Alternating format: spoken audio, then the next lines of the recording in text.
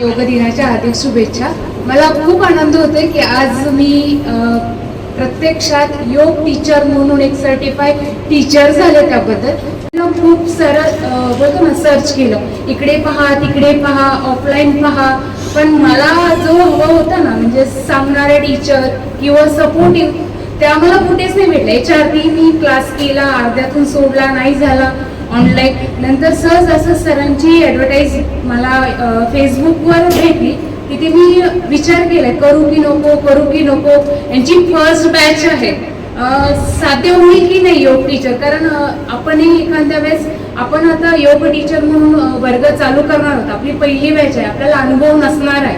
त्यावेळेसही आपलं कसं असणार आहे, आपण चुकणार आहे, करणार आहे, पुढे पाऊल टाकत धडपडत सुरुवात करणार आहोत. सेम आता ह्या सिच्युएशन मधून आपण जाणलंय सरांनाही, आणि आपण हा प्रयत्न करणार आहोत. तिथे जवळजवळ मला 1 महिना गेला सर निर्णय घ्यायला. क्लास चालू झाला होता, सगळं झालं होतं, करू की नको, होईल की नाही, टायमिंग ऍडजस्ट होतोय की नाही. परत असं व्हायचं, मी क्लास जॉईन करायची, अर्ध्यातून राहायचा, आणि मग काहीच नाही होणार.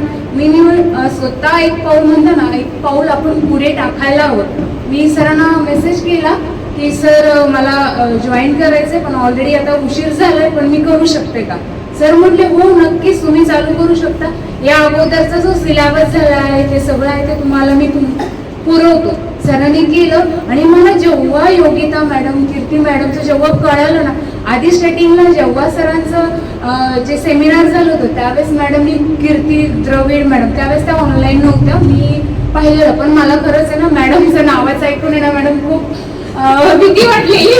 आणि जेव्हा मी प्रत्यक्षात तुम्हाला ऐकलं, तुमचं म्हणजे समोरासमोर ऑनलाईन पाहिलं, त्यावेळेस मला वाटलं नाही, नावात म्हणजे आपण उगाच आवाज फक्त ऐकला, पण प्रत्यक्षात तसं नाही आहेत. खूप सेन्सिटिव्ह आणि मदत करणार आहे. कारण मी याच्या अगोदरही योगा कॉम्पिटिशन दिला, त्यामध्ये ना असे शिक्षक मी समोरासमोर पाहिले की अजिबात व्हॅल्यू नाही देत, ना समोरच्या व्यक्तीला समजून घेत, ना सांगत, ना काहीच करत. म्हणजे ते फक्त त्यांचंच मूल्य जपतात आणि तिकडेच पुढे जातात, पण समोरच्या व्यक्तीला बिलकुल भाव देत नाही. म्हणजे मी टीचर आहे, त्यांना अभिमान झालेला असतो, पण योग आपल्याला काय शिकवतो ते विसरून जातात. पण इथे खरंच योगिता मॅडम आणि कीर्ती मॅडम इतकं छान समजून सांगितलं. आतापर्यंत माझ्या जर्नीमध्ये योग टीचर म्हणून आहे ना, कीर्ती मॅडम आणि योगिता मॅडम सर्वप्रथम म्हणजे सर्वोच्च लेवलला आहे. मी खरंच त्यांना धन्यवाद देते की तुमच्या दोघींमुळे मला योग टीचर बनायचे धाडस आलं, बळ आलं, आणि मी क्लास पूर्ण करू शकले. Thank you sir. आणि ध्रुव एज्युकेशनचं मी पुन्हा एकदा खूप खूप आभार सर, का तुमच्यामुळेच आम्ही एक योग टीचर बनलो आहोत. तर धन्यवाद. आणि सगळ्या आमच्या जे आमच्या सोबत होते, आमच्यासोबत क्लास पूर्ण केला, त्यांचे सर्वांचे मी मनपूर्वक धन्यवाद देते.